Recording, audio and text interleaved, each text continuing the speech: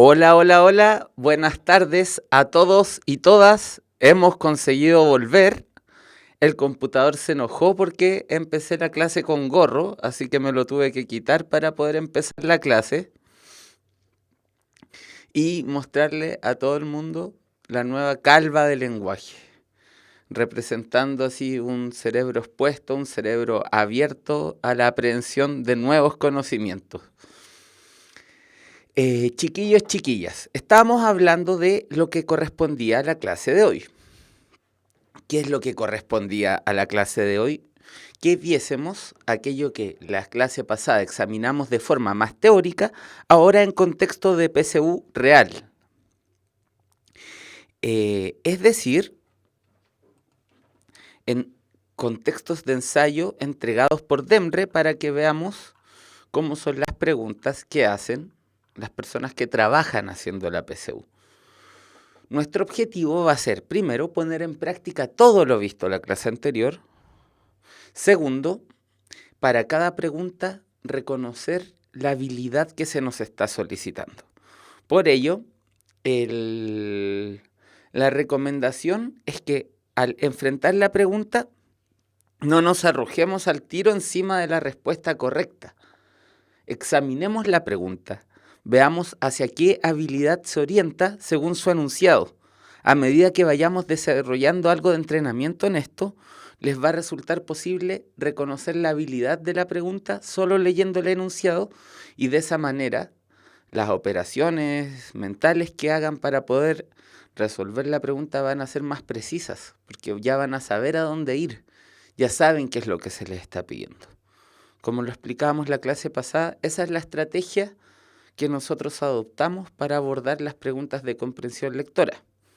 Eso es lo que uno puede trabajar en un PREU, ¿cierto? Porque la capacidad lectora que se trabaja con el hábito lector, con un número elevadísimo de páginas leídas, lamentablemente no se las puedo entregar acá o no se las puedo pasar en un pendrive para que la conecten a su cerebro. Ese tipo de habilidades solo se obtiene con el hábito sostenido de la lectura.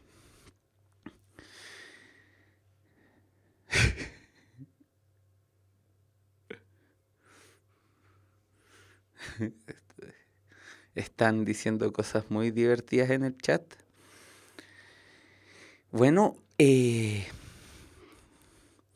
como modelo de prueba, estamos empleando este que está acá atrás mío. Llegamos a él por medio del sitio web de DEMRE, que los dispone sus publicaciones para acceso público, valga la redundancia. Este es el ensayo aparecido el año pasado, que es el segundo más cercano que tenemos después del ensayo que apareció este año. Es bastante fidedigno en cuanto al tipo de preguntas de comprensión lectora que se realizan. Por eso es un buen instrumento para trabajar esta clase. Lo pueden encontrar en el sitio web demre.cl si luego quieren desarrollarlo por su cuenta. Aquí lo vamos a desarrollar entre todos. Les pregunto, ¿alcanzan a leer correctamente el texto que hay en pantalla o preferirían que se agrandaran las letras? A la hora de hacer el ensayo yo voy a desaparecer, así que yo esté tapando las letras no es un factor que importe. ¿Alcanzan a ir leyendo? Perfecto.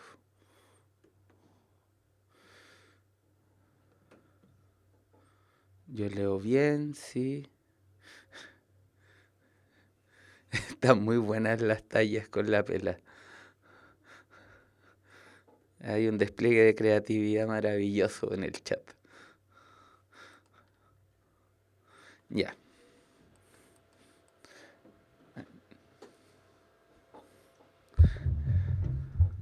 Entonces, ¿qué les parece? Empecemos. Lo que tenemos en pantalla son las primeras preguntas de comprensión lectora que tuvo la PSU que se rindió el 2013 y apareció como ensayo el 2014 para preparar el proceso 2015.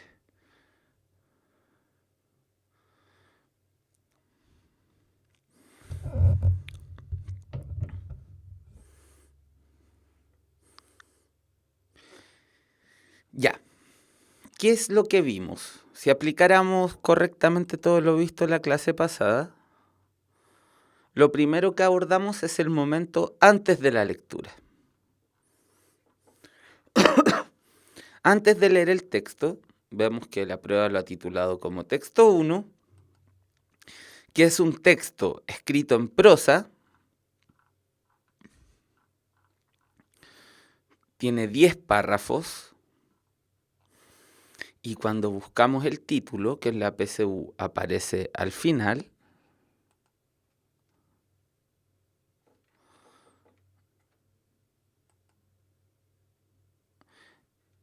nos damos cuenta que es una noticia. La fecha nos indica que es una noticia. Vemos superficialmente lo que dice y sí, ahí está el registro discursivo de una noticia. De la noticia no sabemos nada porque no hay un título. Entonces nuestro antes de la lectura nos permite recabar que el texto que vamos a leer es una noticia. Podemos esperarnos un texto donde se sintetice un hecho, donde al parecer, como es de párrafos largos, debe haber algún tipo de profundización en el hecho noticioso. Sabemos que se pretende un lenguaje objetivo.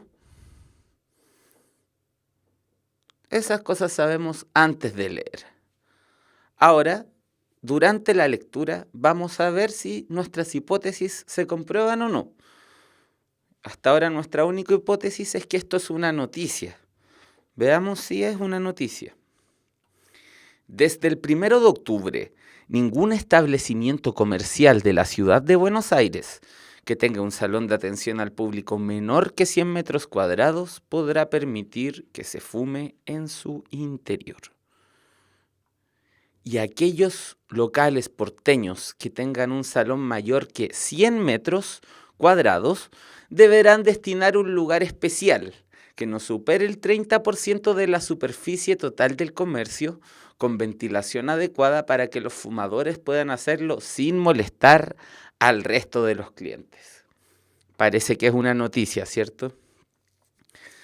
Si vamos haciendo el monitoreo párrafo por párrafo, otra técnica de mejora de la lectura que propusimos la clase pasada, el primer párrafo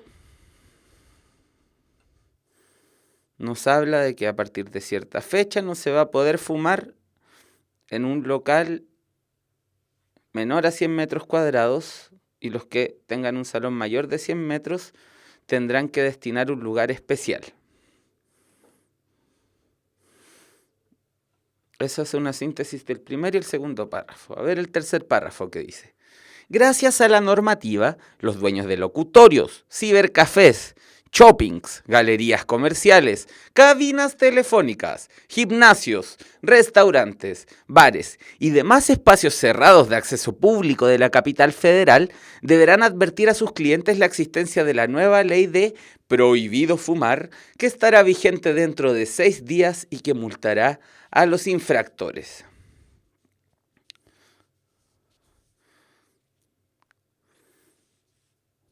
Entonces, es una nueva ley de prohibido fumar que va a afectar a una gran parte del comercio y cuya transgresión se penalizará con multas. Monitoreo del párrafo 3, listo. Párrafo 4, cortito, de 2 líneas. Pero quizás los mismos propietarios deban ser advertidos. Es que la mayoría de ellos prácticamente desconoce la existencia de la ley. Hasta aquí se estaba exponiendo la ley. Aquí se introduce un giro, ¿cierto? Un nuevo elemento a lo que se nos está diciendo. Sucede que los propietarios, en su mayoría, desconocen la ley. Veamos pues, en qué se basa para decir esto. Párrafo 5. Según un relevamiento realizado el último 30 de agosto por un equipo de trabajo de la diputada Paula María Bertol, que incluyó a 70 establecimientos de los barrios de Congreso, 11, Montserrat, Valvanera, San Cristóbal, Barrio Norte, Recoleta, Retiro y Palermo, existe un absoluto desconocimiento de los alcances de la normativa debido a una falta de difusión del gobierno de la ciudad. Ya. Se hizo un estudio realizado por una diputada que abarcó 70 establecimientos y que arrojó que hay un desconocimiento de los alcances de la normativa y que ese desconocimiento tiene una causa, que es que el gobierno de la ciudad no ha difundido. O sea, se está planteando un responsable. Aquí, durante la lectura, yo me puedo plantear cierta pregunta. Como lector crítico, soy un lector crítico. No sé quién es Paula María Bertol, pero veo que es un estudio que no hizo ninguna fundación, digamos, que se dedique a investigar cosas, sino una diputada, alguien involucrada con intereses políticos. Y esa investigación arroja que la culpa es del gobierno de la ciudad. Entonces uno al tiro piensa, ¿qué confiabilidad tiene un estudio de una persona que se dedica a la política, cuya conclusión es responsabilizar a otra persona que se dedica a la política? No es para mí la fuente más confiable. Eso, por ejemplo, es durante la lectura crítico, que uno se haga preguntas. Como que te salte la sospecha cuando estás leyendo. Como a mí me saltó ahora al leer eso. 6. Este hecho se refleja en las opiniones de la mayoría de los encargados y propietarios de bares y restaurantes porteños. La verdad es que no tenía idea. Me enteré ayer en Rosario, ciudad en la que se acaba de implementar una regulación parecida y que ya causó revuelo en el sector gastronómico. Contó Ariel Oliva, dueño de Opción, un restaurante situado en el microcentro porteño que atiende la demanda de miles de consumidores por día. Para él, las cafeterías son las que más van a sufrir esta normativa porteña. El cigarrillo está muy emparentado con el hábito de tomar café. En el caso de los almuerzos es diferente, porque una vez que la gente terminó de comer, puede salir y fumar afuera. Eso sí, las sobremesas tal vez se acorten bastante, agregó el empresario. 7. A ver ya. Párrafo 8. Monitoreo. Se nos dice que el hecho se refleja en las opiniones de la mayoría. Y como portavoz de la mayoría aparece Ariel Oliva. Fijémonos cómo está construido esto, de nuevo, durante la lectura, diálogo con el texto, lectura crítica. Se nos dice qué es lo que opinan la mayoría de las personas, pero como ejemplo de esa mayoría aparece una sola persona. ¿Ven cómo el medio de comunicación nos construye casi sin que nos demos cuenta la opinión de que la mayoría de las personas opinan como Ariel Oliva? Y ahí sí, como el que no quiere la cosa pasa eso. Bueno, esto es una lectura activa, ya que se da cuenta de esas cosas. 7. En cuanto a las multas, los responsables de cada establecimiento de superficie inferior a 100 metros cuadrados que no hagan cumplir la normativa serán sancionados con una de entre 500 y 2.000 pesos. Ya, esto es meramente informativo. Esas son las multas que se van a pagar. 8. Quienes provean de cigarrillos o tabaco de cualquiera de sus formas a personas menores de 18 años también deberán pagar multas de 50 a 500 pesos. Y los dueños de locales donde no se cumpla con la obligación de informar de la prohibición abonarán de 250 a 1.000 pesos por infracción. una luca argentina, que es mucho más que una luca chilena, ¿no? Entonces, párrafo 7, párrafo 8, párrafo 9, tienen que ver con las consecuencias de romper la prohibición. Miren, el 9 dice, sin excepciones, aquel establecimiento que registre 3 multas consecutivas en el término de un año será sancionado con la clausura por 30 días. Seguimos en el ámbito entonces de 7, 8 y 9. Es el asunto de qué pasa cuando se rompe con la normativa, cuando se transgrede.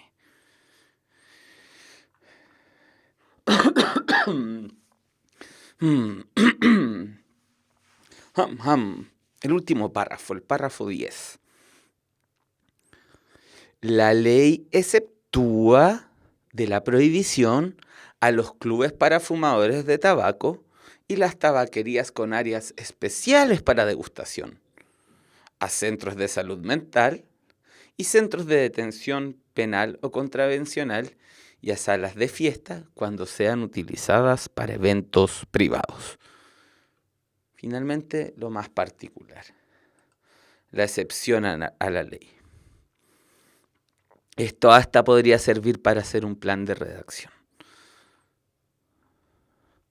Entonces, tuvimos el antes de la lectura, en que hicimos nuestras hipótesis, nuestras predicciones, en que recabamos el texto según su forma, vimos los títulos. Es una noticia de hace 9 años atrás. Vimos el número de párrafos, hipotetizamos que era una noticia. Sabemos que en el género noticioso se supone que se mantiene la objetividad, pero nuestra lectura crítica nos hizo dar cuenta de que habían al menos 2 momentos en los que esa objetividad puede ser puesta en duda.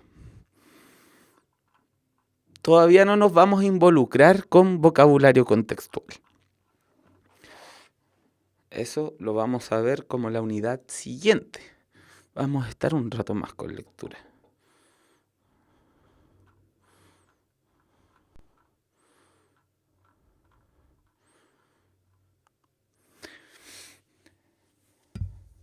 Veamos.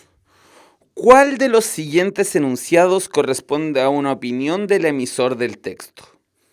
No vean todavía las alternativas, no las vean. Resístanse a la tentación de ver las alternativas.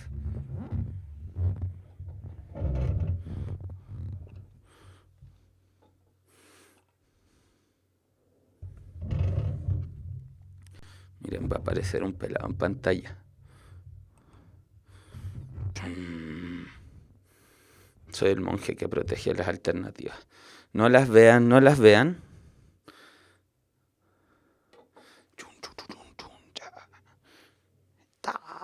No.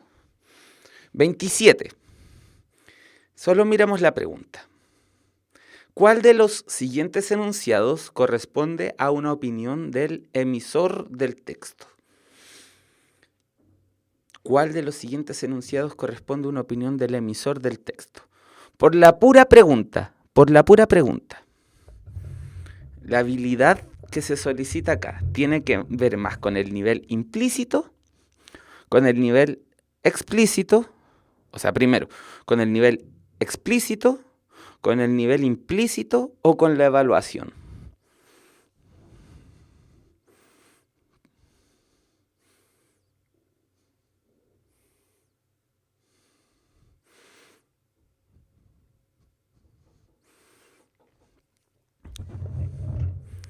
A ver.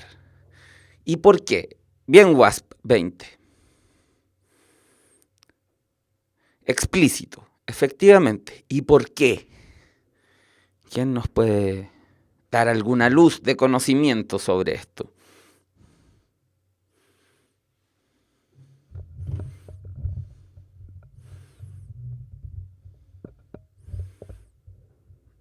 Andrea se equivocó.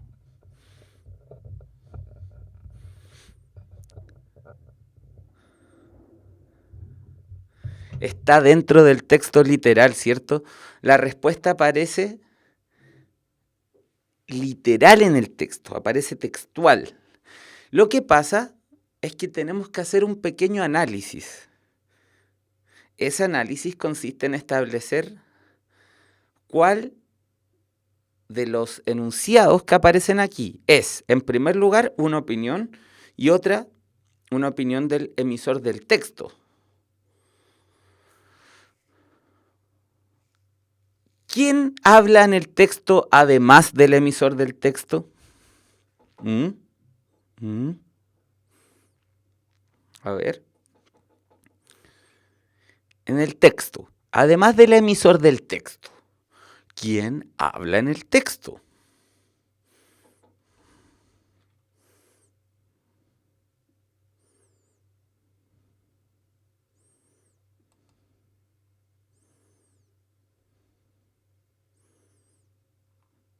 El caballero al que entrevistaron, a ver, veamos. Veamos aquí.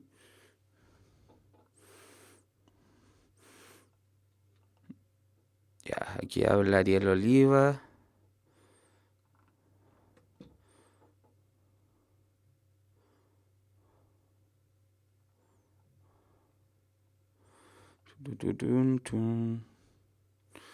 Esto de que existe un absoluto desconocimiento es parte del relevamiento de este estudio.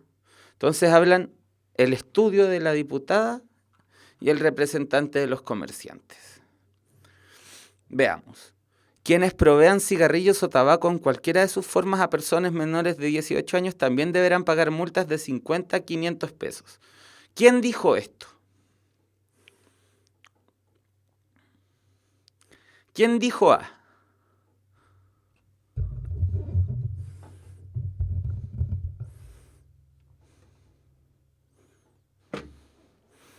El emisor, ¿cierto? Entonces vamos a decir que A es correcta. Si la dijo el emisor, A es correcta.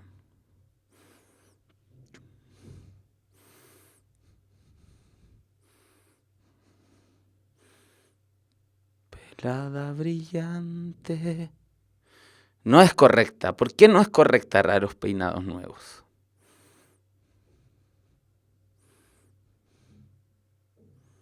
¿Por qué no es correcta, Jorge? Porque no es una opinión, es un hecho. La pregunta nos solicita que sea por una parte una opinión y por otra parte que sea del emisor. Y esto es un hecho, algo que está escrito en la ley. No es una opinión mía o de cualquiera que eso esté escrito en la ley. Solo está escrito en la ley que los argentinos respetan como la ley válida, ¿cierto? B. Ningún establecimiento comercial de la ciudad de Buenos Aires podrá permitir que se fume en su interior. ¿Quién fue el que dijo eso? Fue también el emisor y, al igual que en A, no constituye una opinión, sino más bien un hecho. Existe un absoluto desconocimiento de los alcances de la normativa debido a la falta de difusión del gobierno central. Acá hay algo más que está enunciado como un hecho, pero uno sabe que es una opinión también. En la medida en que es un tema político, por lo tanto polémico, uno puede decir, ya, eso está dicho como hecho, pero tiene algo de opinión, o uno podría razonablemente pensar que hay que ver cuánto de opinión tiene. Ahí es donde entra, ¿cierto?, la sospecha del lector crítico, del lector que sospecha de todo, que es activo en su lectura. No solo es un receptor, también relabora lo que lee y plantea opiniones. El nivel de la evaluación, ¿cierto?, el escalón más alto de las habilidades de lectura. D. La verdad es que no tenía idea. Me enteré ayer en Rosario. Eso, más que un hecho o que una opinión, es alguien constatando un estado propio, ¿cierto? Su estado de desconocimiento. Y además, eso no es del emisor, sino que es del caballero. Del caballero entrevistado.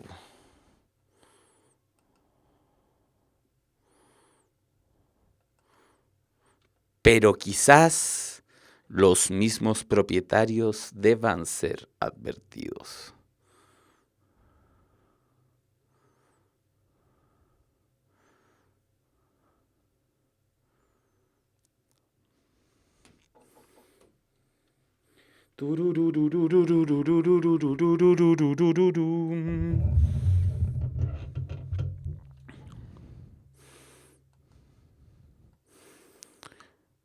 Los que dicen que la correcta es la C, ¿por qué lo dicen? Y los que dicen que la correcta es la E, ¿por qué lo dicen? Aquí el debate puede ser interesante.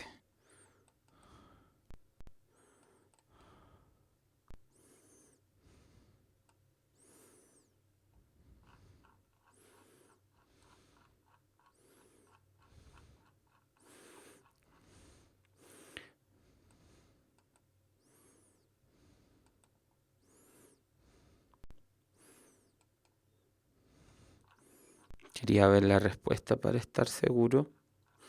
Y precisamente es lo que yo pensaba.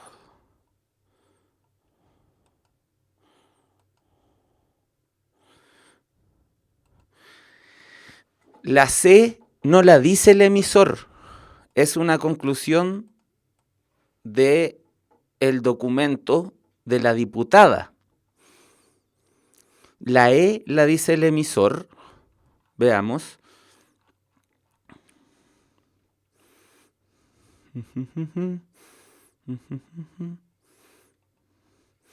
Pero quizás los mismos propietarios deban ser advertidos. Eso es el emisor.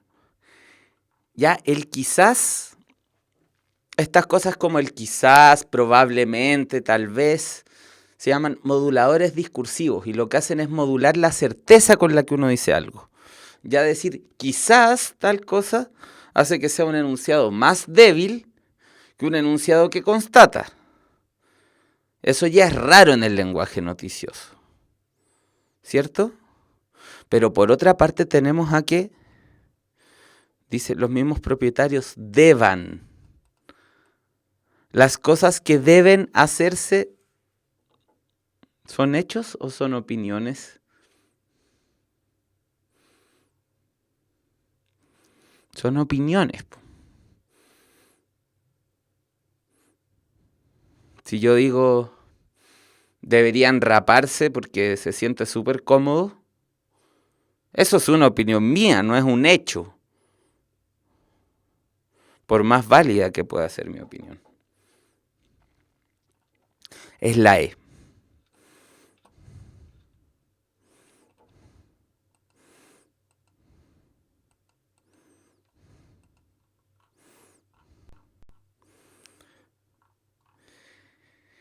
De nuevo, 28. No vean las alternativas, veamos primero el enunciado de la pregunta. De acuerdo con lo expresado en el texto anterior, el emisor afirma que A. A ver ya, antes de las preguntas. De acuerdo con lo expresado en el texto anterior, el emisor afirma que explícito, implícito o evaluación. Esta pregunta es de información explícita, de implícita o de evaluación. Explícita, ¿cierto? Porque nos dice, de acuerdo con lo expresado en el texto anterior. Cuando dice eso, chao inferencias, chao interpretaciones, chao síntesis, evaluaciones, no. Si nos dicen de acuerdo a lo expresado en el texto anterior, buscamos que la respuesta aparezca textual.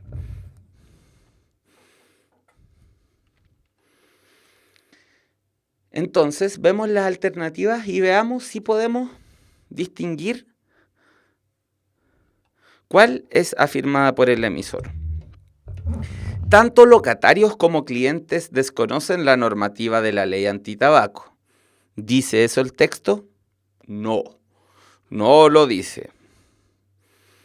El texto dice que los locatarios desconocen, de los clientes no dice nada. No hay información sobre los clientes en el texto. Yo me acuerdo. Ven que si uno lee bien, recabando al final de cada párrafo, uno no necesita volver tanto al texto. Uno se queda con la cuestión en la cabeza. B. El hábito de fumar y beber café está extendido por todo Buenos Aires. Eso no lo dijo el emisor, lo dijo el entrevistado. Cuando dijo que las cafeterías iban a ser las más afectadas con esta nueva política, se refería a eso. C. La ley antitabaco perjudica preferentemente a los intereses de las cafeterías.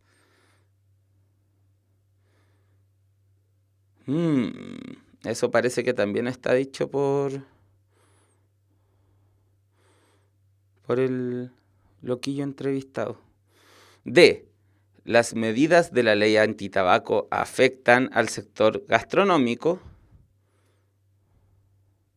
E. La diputada Paula María Bertol denunció la falta de información de la ley antitabaco.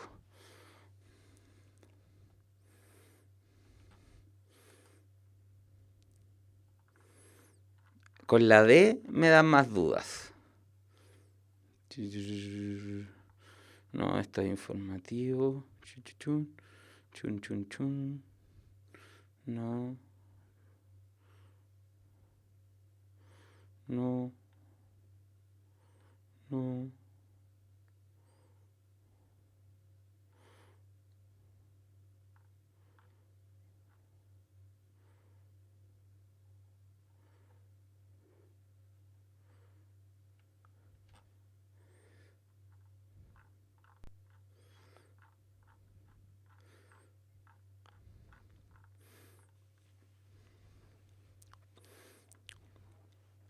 No, la D no es, porque no solo afectan al sector gastronómico. Se lista al principio otro tipo de establecimientos que también se va a ver afectada con la ley antitabaco. Entonces, efectivamente, el emisor dice lo que dice. Yo me la juego porque es la E. ¿Por qué se la juegan ustedes? ¿Cuál es su apuesta? Yo digo que es la E. Trum, trum. Y la alternativa correcta es... ¡Oh! Me equivoqué.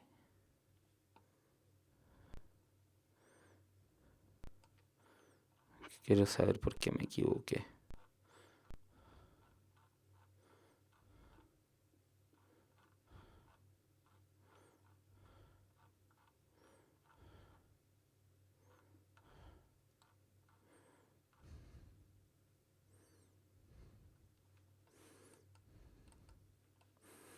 La alternativa correcta es la C.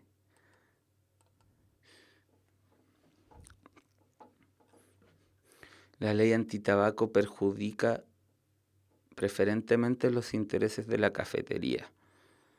A ver.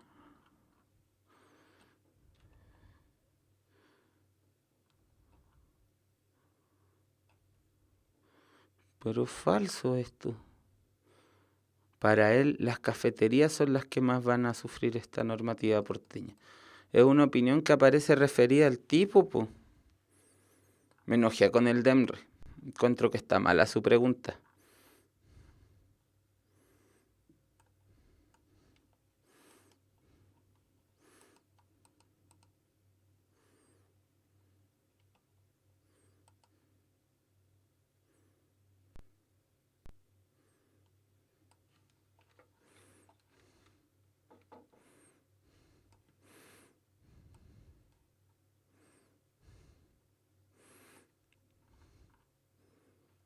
Sí, estoy corroborando.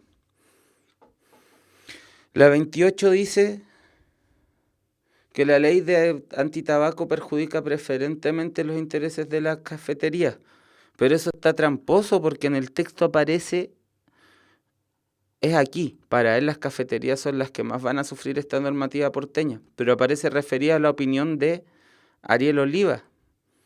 Así que esa pregunta está engañosa. No sé si a ustedes les parece lo que yo estoy diciendo. A mí me parece que está claro que esa pregunta está mala. Porque en último caso deja una ambigüedad que... O sea... No, pues está mala. Si se equivocaron, no se sientan mal. Porque esa pregunta está mal construida. Deja un espacio de ambigüedad muy grande.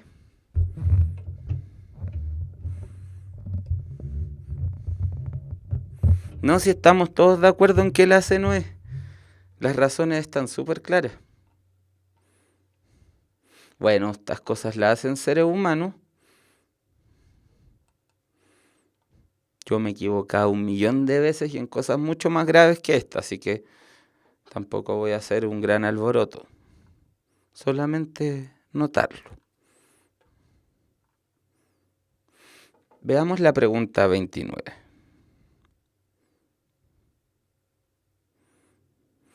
¿Cuál de las siguientes opciones presenta una síntesis adecuada para los párrafos quinto y sexto? Recordemos cuáles eran los párrafos quinto y sexto. Es evidente que es una pregunta de síntesis porque el propio enunciado lo dice. Voy a correr un poco. El propio enunciado de la pregunta nos dice que la habilidad que hay que poner en práctica aquí es la de síntesis. Miren, me corrí. Estoy como Tosti del Mortal Kombat.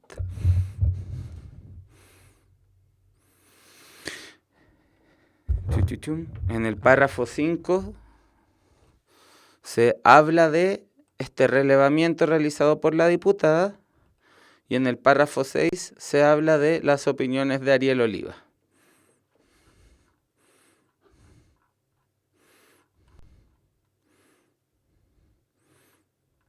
Ya. ¿Cuál es la síntesis adecuada? Ya, pues Maggi, más respeto con el profesor, ¿no? Mira que calvo me veo más badass.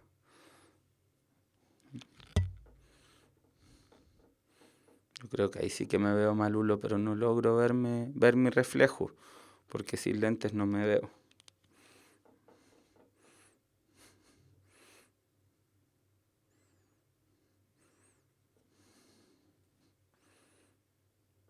Ya.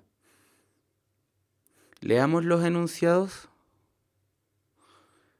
y establezcamos cuál es una síntesis adecuada para los párrafos quinto y sexto.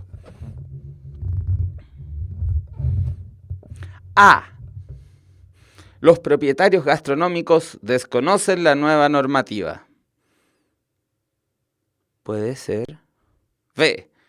Los consumidores de café siempre son fumadores. Ah, tengo que repetir algo. Te lo voy a repetir hasta el fin de los tiempos. En estas preguntas de síntesis y en las de interpretación y en de inferencia, siempre es bueno partir descartando las que dicen disparates. Por ejemplo, los consumidores de café siempre son fumadores. Es una generalización tan absurda que uno sabe al tiro que la B no es. 6. La ley influye fuertemente al sector gastronómico de Rosario.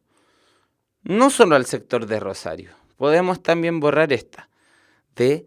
La legislación no afecta a los restaurantes a la hora de almuerzo. No, eso no está dicho. E. Los dueños de locales de comida están descontentos con la decisión legal. Esto habla más bien del párrafo 6 que del 5.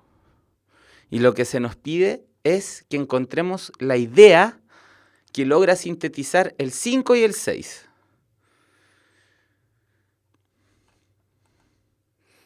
Por supuesto que es la A.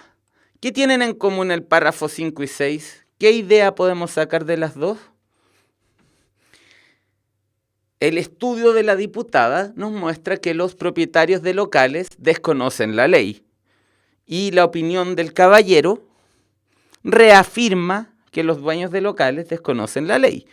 Entonces, si tengo que agarrar esos dos párrafos y hacer una síntesis a partir de la idea de ellos dos, tengo que ver la idea que tienen en común que me permita sintetizarlo en uno solo.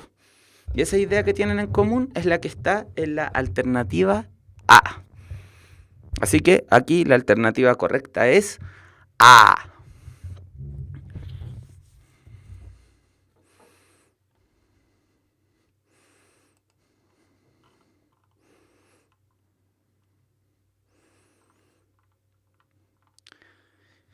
Miren, esta pregunta, ya por su mero enunciado, nos da el derecho a inferir.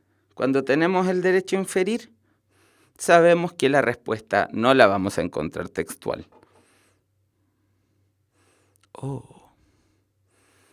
A partir de la información expresada en el segundo párrafo, se infiere que... Veamos cuál es la información expresada en el segundo párrafo.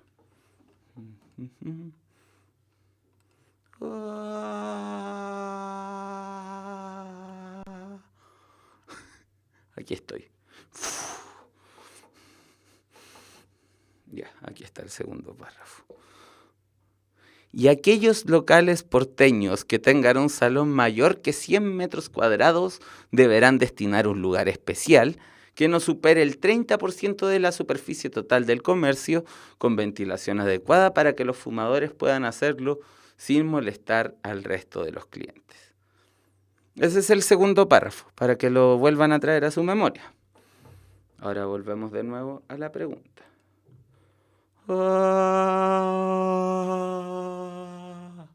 Esto es como caer en el infinito.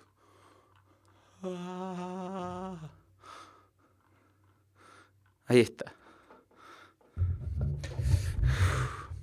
Mucho movimiento. Mucho movimiento. Aproximadamente el 70% de cada local corresponderá a zona de no fumadores. ¿Eso es una inferencia? ¿O es algo que aparece más bien explícito?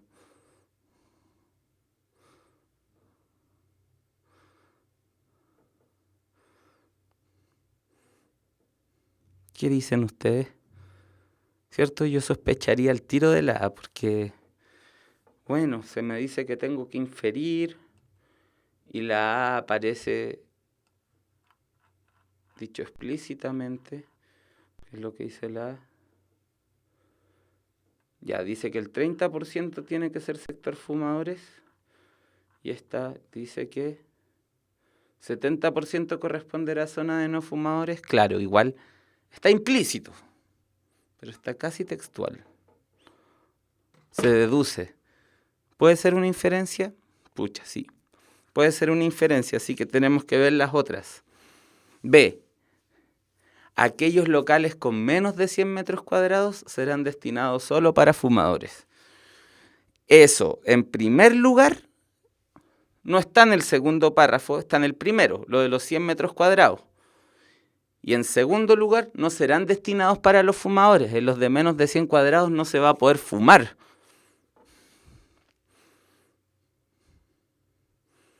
La B no es. La C. Todas las zonas de fumadores tienen una ventilación acorde al número de clientes.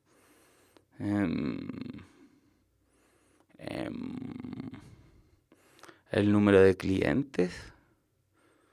Así como, oh, llegó el cliente 102, vayan a comprar un ventilador. No, pues, es rara, es extraña.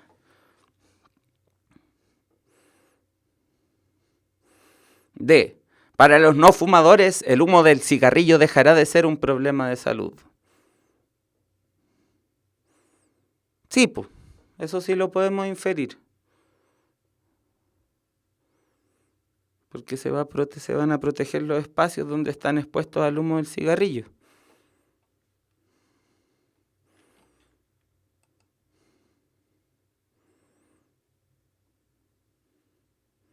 ¿Pero dejará completamente de ser un problema? El enunciado es muy grande. Yo descarto al tiro la D. Es de mucho alcance, mucho alcance. La E. Esta normativa tiene el propósito de reducir la adicción a la nicotina de los cigarrillos. No, pues el propósito no es reducir la adicción, es controlar los lugares en los que se fuma para evitar que quienes fuman afecten a los que no fuman.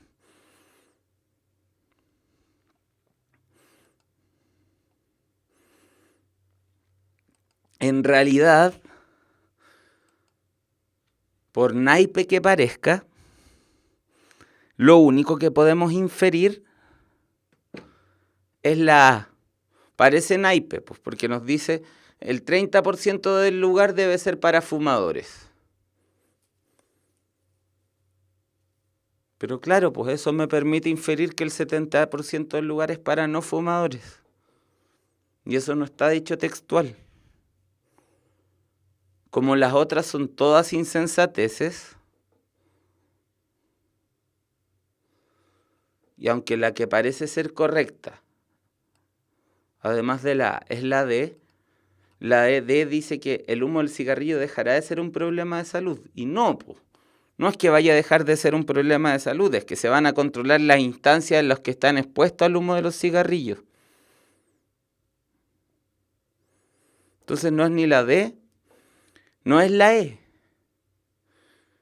Uno podría inferir varios propósitos. Y uno sabe que además una normativa que tiene el propósito de disminuir la adicción es de tipo más preventivo, informativo. Esta es más bien para controlar los lugares en los que se fuma. Entonces, tendremos que concluir con tristeza que la única inferencia válida que hay acá es la A, aunque es súper naipe. Es la inferencia más fome del mundo. En el texto nos dice que un 30% es para los fumadores y así podemos inferir que un 70% es para los no fumadores, porque no hay una categoría intermedia, pues como fumadores, no fumadores y más o menos fumadores. No, pues no existe esa categoría. Están los que fuman poco, pero no los que fuman más o menos. No tiene sentido, ¿cierto?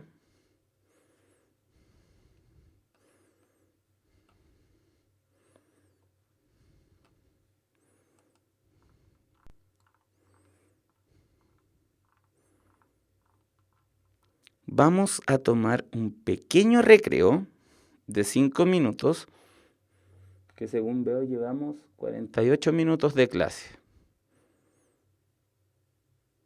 Y de ahí continuaremos. No, pero terminemos estas preguntas. Y ahí nos vamos al recreo.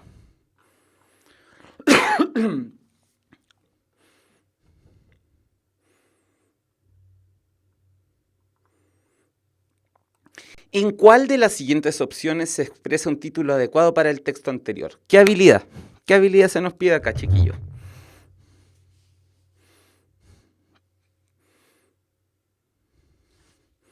¿Qué habilidad? Síntesis, en efecto. ¿Y una síntesis local o una síntesis global? Eso es importante de saber también. La síntesis en la PSU puede ser local y puede ser global. La local es cuando es como un pedacito nomás, pues como la de delante, donde tuvimos que sintetizar el párrafo 5 y el 6.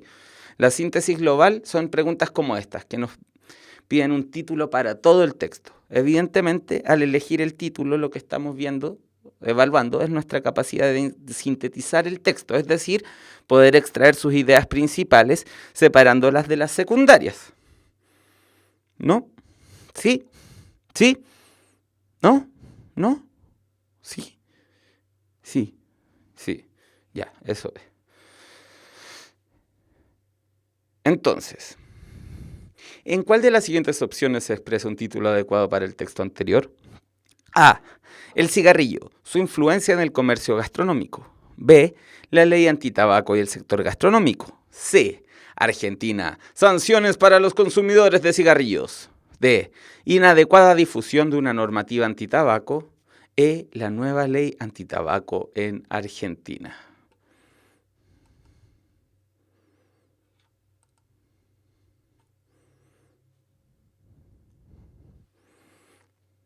Yo por mientras voy a hacer brillar mi pela desde distintos ángulos. Como tenemos luces acá, hay varias luces alrededor mío. Entonces le puedo ver el brillo a mi pela desde distintos ángulos.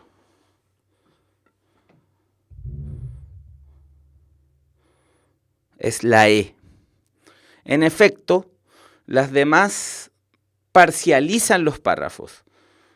Hay una parte en la que se habla del comercio gastronómico, pero no es en todo el texto. Hay una parte en la que se hablan de las sanciones, pero no es todo el texto. Hay una parte en la que se habla de la inadecuada difusión, pero no es en todo el texto. La única idea que engloba todo el texto es la nueva ley antitabaco en Argentina. Ya, chicos y chicas, un pequeño recreo de 5 minutos, que deseo beber agüita, y volvemos. Tal vez menos de 5 minutos. Vuelvo.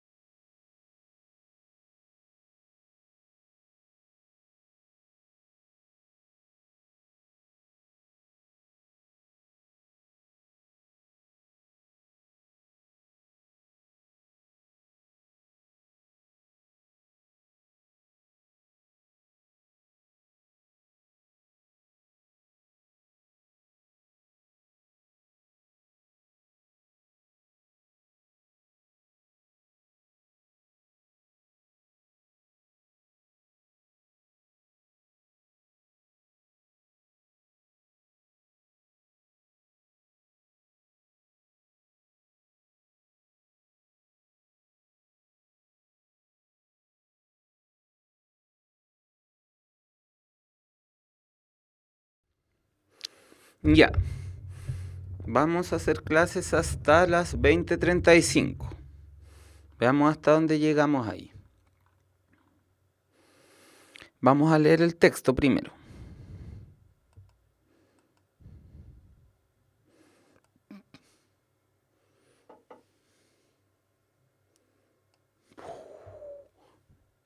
Desaparecí. El 15 de septiembre. No, ya. Estábamos apurándome para alcanzar. Nuria Vidal quiere leer febrero 2011. Ese es el título. Esto parece ser el nombre de una revista, porque además sale año y mes. Escrita por una autora que se llama Nuria Vidal.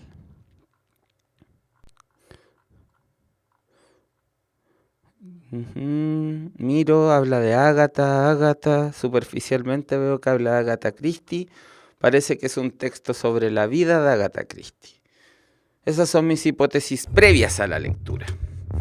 Es un texto sobre Agatha Christie, que parece que tiene alguna remembranza biográfica. Parece ser un texto más sobre su vida que sobre su obra. Leámoslo. Párrafo 1, porque hay dos párrafos grandes. El 15 de septiembre de 1890, en la casa de Ashfield en Turcoa, no sé cómo se dice, Turquay, vio la llegada de una hermosa niña llamada Agatha. Sus hermanos Match y Monty eran un poco mayores que ella, así que tuvo que aprender a jugar sola y con los amigos imaginarios que se inventaba continuamente. Nunca fue a la escuela. A su madre, Clara Boehmer, pensaba que una educación en casa sería mejor para la niña.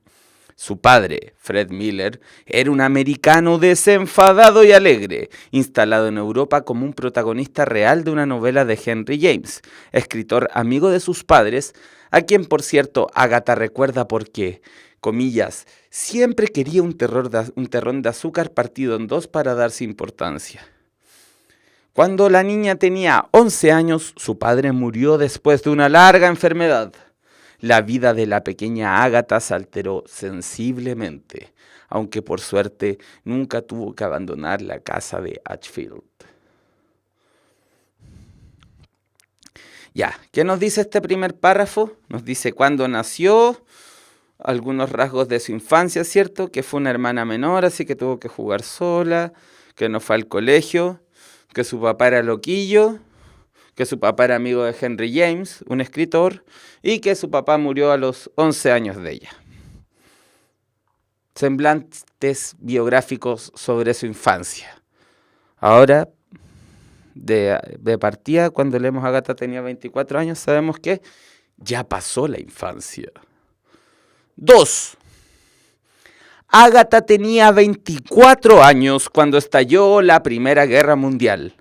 Fue entonces cuando conoció al coronel Archibald Christie, con el que se casó poco antes de que éste fuera destinado a Francia en una boda muy poco lujosa. Comillas. A punto de iniciarse la ceremonia, pensé por un momento.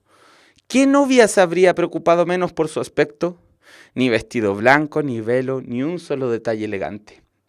Llevaba un abrigo corriente, una falda y un pequeño sombrero de terciopelo púrpura, y ni siquiera me había lavado las manos o la cara. Cierra comillas. No importaba. Agatha estaba muy enamorada y era feliz. Trabajaba como enfermera en un hospital de campaña y dedicaba su tiempo libre a escribir. De hecho, la idea de escribir nació en su cabeza cuando su hermana Madge dudó de que fuera capaz de escribir una novela policíaca. Agatha aceptó el reto y en 1916 empezó a fraguar su historia. El protagonista sería un pequeño detective belga, un oficial jubilado no demasiado joven. Debía ser meticuloso, muy ordenado. Además, sería muy cerebral. Se llamaría Hércules Poirot. El libro se tituló El misterioso caso de Styles. Agatha, ya Christie, tardó 4 años en conseguir que se lo publicaran. No tenía ni idea cuando firmó un contrato por 5 novelas en 1920 de que ese era el principio de una larga carrera que en realidad no se tomaba muy en serio. Me había acostumbrado a escribir en lugar de bordar fundas o cojines. La creatividad se manifiesta de muchas maneras: bordando, cocinando, dibujando, componiendo música o escribiendo cuentos. Ya, en este segundo párrafo se sigue el semblante biográfico hasta los 24 años y luego se cuenta la anécdota de cómo empezó a escribir su primera obra. Se caracteriza al protagonista de estas obras, que va a ser el protagonista de varias obras de Agatha Christie, y finalmente se da alguna señal de cómo se tomaba Agatha Christie el oficio de la escritura. De nuevo, monitoreo, ¿cierto? Al final de cada párrafo monitoreamos lo que acabamos de leer.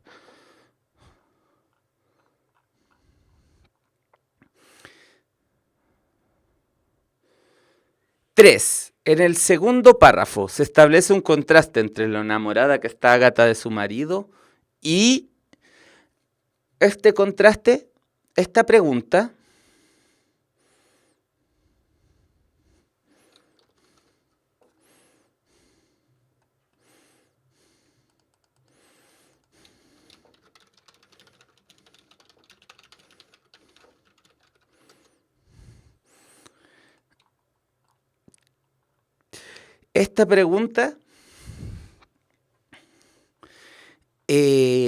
requiere de nosotros la capacidad de análisis. La capacidad de análisis para que podamos ver en un párrafo un contraste. Veamos.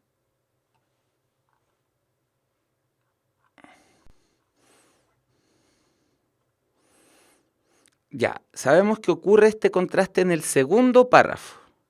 Y el contraste es entre lo enamorada que está Agatha de su marido y...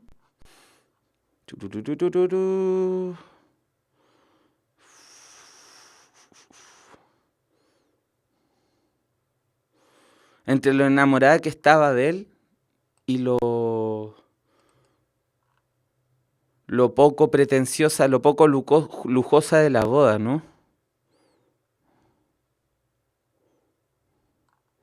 Ah, no, pero no es eso, porque eso no está.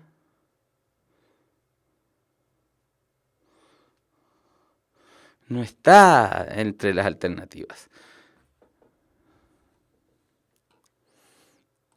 Lo de la muerte de su padre aparece en el primer párrafo.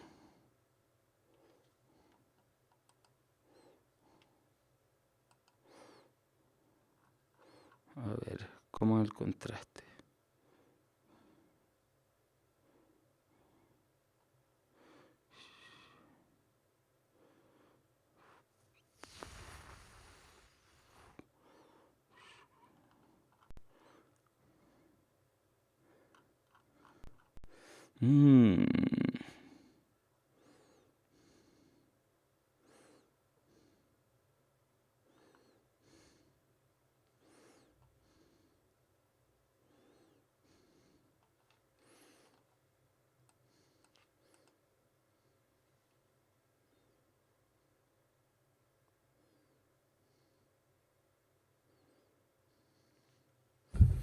Ya, vamos al párrafo.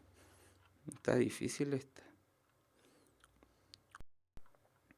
Sí, pues, sabemos que estaba enamorada.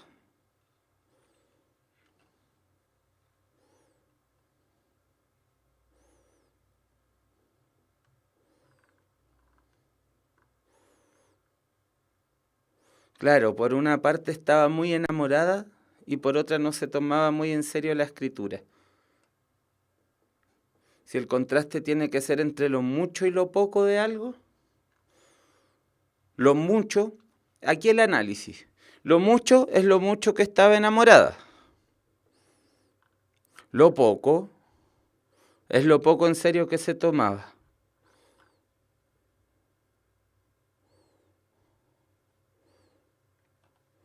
La dedicación que le asigna a la creación, pues, ese es el contraste que hay. Los demás no son contrastes. El único contraste posible de hacerse y, a ver, solucionario. 33C.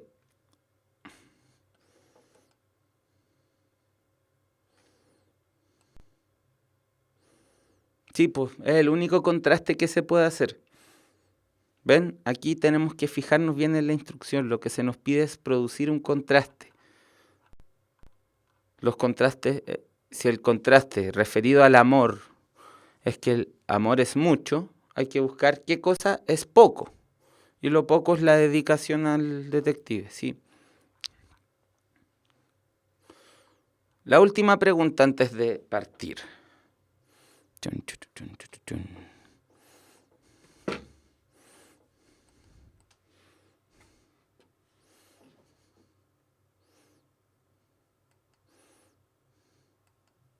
La pregunta número pelado es: el recuerdo que Ágata tiene de Henry James lo muestra como una persona crítica frente a lo que está sucediendo en Europa, desenfadada, pues era capaz de estar alegre en los momentos críticos,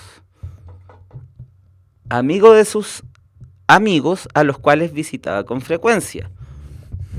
Ya no puedo ir más abajo. Detallista, sobre todo cuando estaba en otro lugar. Engreída porque asume conductas con el fin de hacerse notar ante los demás.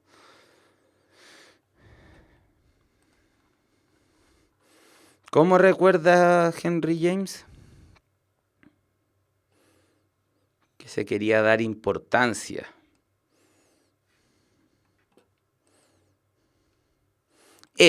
Engreída, ¿cierto? Sí, esta es súper explícita. Está muy en el texto. Es un sinónimo, darse importancia, ser engreída. La respuesta correcta, amigos y amigas, es la E. Bueno, chicos y chicas, la próxima semana, si es que les parece, deberíamos seguir revisando esta prueba con una dinámica similar. A mí me consta que esto de la resolución de preguntas, de la discusión, del hacer el antes, el durante y el después, es una buena preparación, una buena experiencia práctica para conocer bien esta sección. No sé qué opinan ustedes, si sienten que les sirve ir resolviendo preguntas así minuciosamente. La idea es hacerlo primero lentito, así detallistamente, para luego ir incorporando ese detallismo y hacerlo más rápido. Pues la idea es que nos vayamos metiendo detalladamente, que veamos todos los aspectos que involucra una pregunta, que nos detengamos. Luego nos vamos a acostumbrar y vamos a hacer esto así. De verdad, yo confío en ese método. Sé que yo confíe en algo no es un buen argumento, pues. O sea, podría yo confiar en algo y ustedes no tienen por qué confiar en eso, pero al menos el tiempo que llevo trabajando en esto, me parece que enfrentarse prácticamente a las preguntas de la prueba es mejor. Entonces sí, pues hagan ensayos, pruébenlo ustedes y me dicen qué piensan. ¿Ya?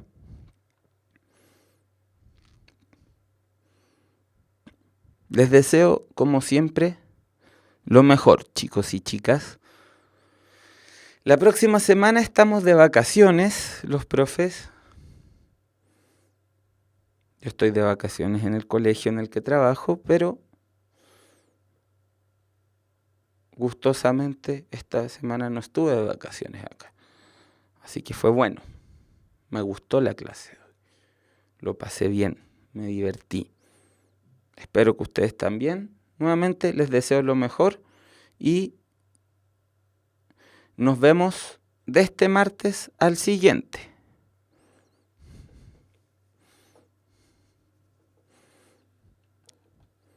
Saludos ñoños y saludos literarios. Adiós.